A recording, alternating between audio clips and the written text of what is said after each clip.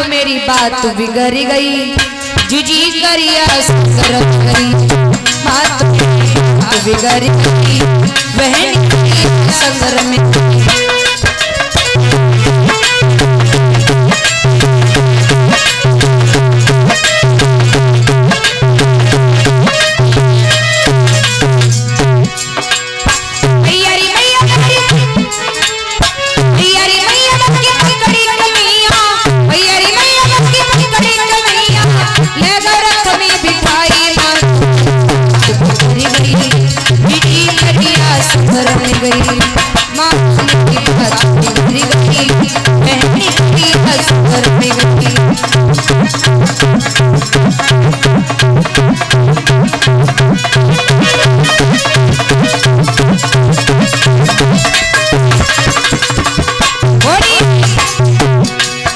मंदिर पे मच गई हलचलिया, जी को ले सांवरिया,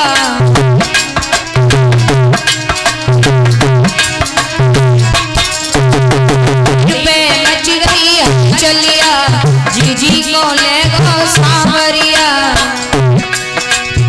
मैया री मैया पूजा की कहानी, मम्मी पूजा की कहानी, तेरी गई माँ मेरी बात बिगड़ गई, जीजी करिया संगर में गई, माँ मेरी बात बिगड़ गई, जीजी करिया संगर में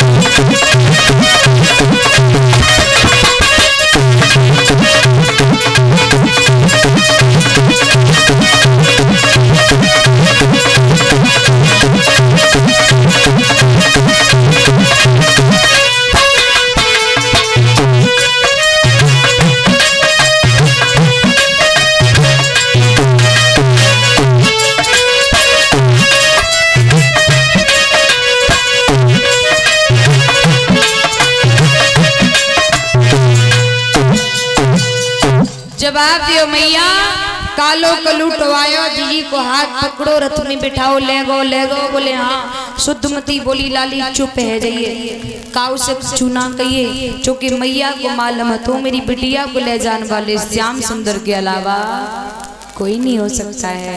मैया बोली लाली चुप है जा, काऊ से ना कहिए। तब तक रुकम आ गया, लड़की क्या हुआ? भैया कालो तो आयो, जीजू को हाथ पकड़ो, रथ में बिठाएगा, ले गो। दूसरी बोली भैया ले का गो। बाऊ ने तो ना हाथ हिलाया ना पैर हिलाया, बहू बैठी चली गई आराम से। हैं? रुकम कहने लगा मैं समझ गया मेरी बहन को ले जाने वाला वो ग्वाल गमारा होगा। तलवार म्यान से खींची और आवाज लगाई, ओरे ग्वाल गमारा, अब तक तू माखन चुराता रहा, आज से तूने लड़कियां चुराने का धंधा खोल लिया। और आवाज लगाई, ठाड़ो रहिए नीच गमार रे, ठाड़ो रहिए, मेरी और तेरी होएगी लड़ाई, जीत जाए तो बनांगो बहन होई, नए दूंगो बीच से फार रे, ठाड़ो रहिए। सोई भगवान ने रोक लिया रथ। आइए साले साहब, आइए तुम्हारा इंतजार है। रुक्मिणी कहने लगी प्रभु रथ भगा ले चलो ना, भैया जबरदस्त है, आप हल्के हो, भैया आपको मार डालेगा। भगवान कहने लगे रुक्मिणी चुपचाप बैठी रहे, देखूंगा कितना बलधारी है तेरा भाई। रुकुम आया, भगवान में रुकुम में युद्ध हुआ। अंत में भगवान ने रुकुम को जमीन पर पछाड़ दिया, छाती पर बैठ करके जैसे ही घूंसों का वार करना चाहा, तैसे ही रुक्मिणी ने भगवान की कलाई पकड़ ली और अपनी झोली फैला दी। कन्हैया मेरे भैया को मत मारो, बहन को भैया की वक्त वक्त पर याद आती है। कन्हैया पहली बात यह है कृष्ण, अगर तुमने मेरे भैया को मार दिया, लौट कर जब भी हर जाया करूंगी, सहेलियां कहा करेंगी दाहिन पति को पाने के बदले में अपने भैया को खा गई थी, कलंक लग जाएगा। कन्हैया छोड़ दो।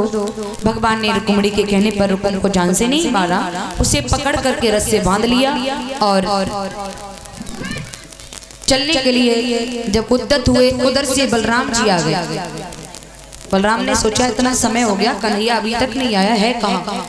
बलराम भी कृष्ण का पता लगाते हुए आए, देखा है खेतों के बीच में रथ खड़ा है, रथ में जवान लड़की बैठी है, लड़की को बैठा देखा, आंखों में लोग के खतरे आ गए।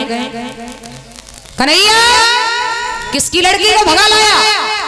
अब कन्हैया तो कछु ना बोल पाए। रुक्मणी ने पर जेठ जी को आते को लंबो घूंघटा लगा लो, हाथ जोड़ के बोली दादाजी नमस्ते। बलराम कहने लगे लड़की बाप के कुल में दाग लगा के आई है, गंदी जबान से बाबा जी कह रही, दादाजी कह रही है। रुक्मणी कहने लगी दादाजी मैं दाग लगा कर नहीं आई हूँ दादाजी, मैं दाग बचा कर के आई हूँ। मतलब दादाजी मतलब ये है मेरा भैया मेरा विवाह अपने साले के साथ कर रहा था दादाजी, आप ही बताइए ना मैं कैसे चली जाती। ओ चलिए बात है, देखूंगा तेरे भाई को। तब तक सुष्पाल दंत वक्त की सेना आ गई। तो बलराम ने कन्हैया से कहा कन्हैया तो रुक्मणी के पास रहना, मैं अकेले ही सारी सेना का संहार करूंगा। हल फंसाते हैं, मूसल की ठोंक लगाते हैं, सारी सेना का बलराम अकेले ही संहार करते हैं। और सुष्पाल जो था पीठ दिखाकर अड़ से भाग गया। उसके बाद बलराम ने रथ के चारों ओर घूम करके देखा है तो रथ के पीछे एक लड़का बंधा है। बलराम बोले कन्हैया ये लड़का कौन है? कन्हैया बोले भैया जी तुम्हारे बड़े वाले साले साहब हैं। बोले क्या? बोले हाँ। अरे यही तुम्हारे बड़े वाले साले साहब हैं, यही तो रुक्मणी को अपने साले के लिए विवाह रहे हैं, विवाह रहे थे क्या? बोले हाँ।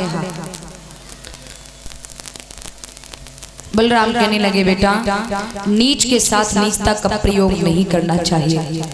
अगर कोई पापी है, कोई दुष्ट है, वो पत्थर मार रहा है, या कोई पागल है वो पत्थर मार रहा है और मैंने भी उसे पत्थर मारना शुरू कर दिया तो उस पागल से बड़े पागल हम हैं जो हम भी उसे पत्थर मार रहे हैं, इसलिए छोड़ दीजिए। कन्हैया कहने लगे ठीक है भैया छोड़ दूंगा, लेकिन ऐसे नहीं, थोड़ा बहुत तो दंडित करूंगा, थोड़ा बहुत तो दंड जरूर दूंगा मैं। जब ये बात कही तो बलराम कहने लगे दे ले। रुकुम को खोला है भगवान ने रस्से से, उसके बाद आधे सर का मुंडन करा दिया, एक तरफ की मोच को छुलवा दिया और एक तरफ की भौं को छुलवा दिया, अपमानित करके उसे छोड़ दिया।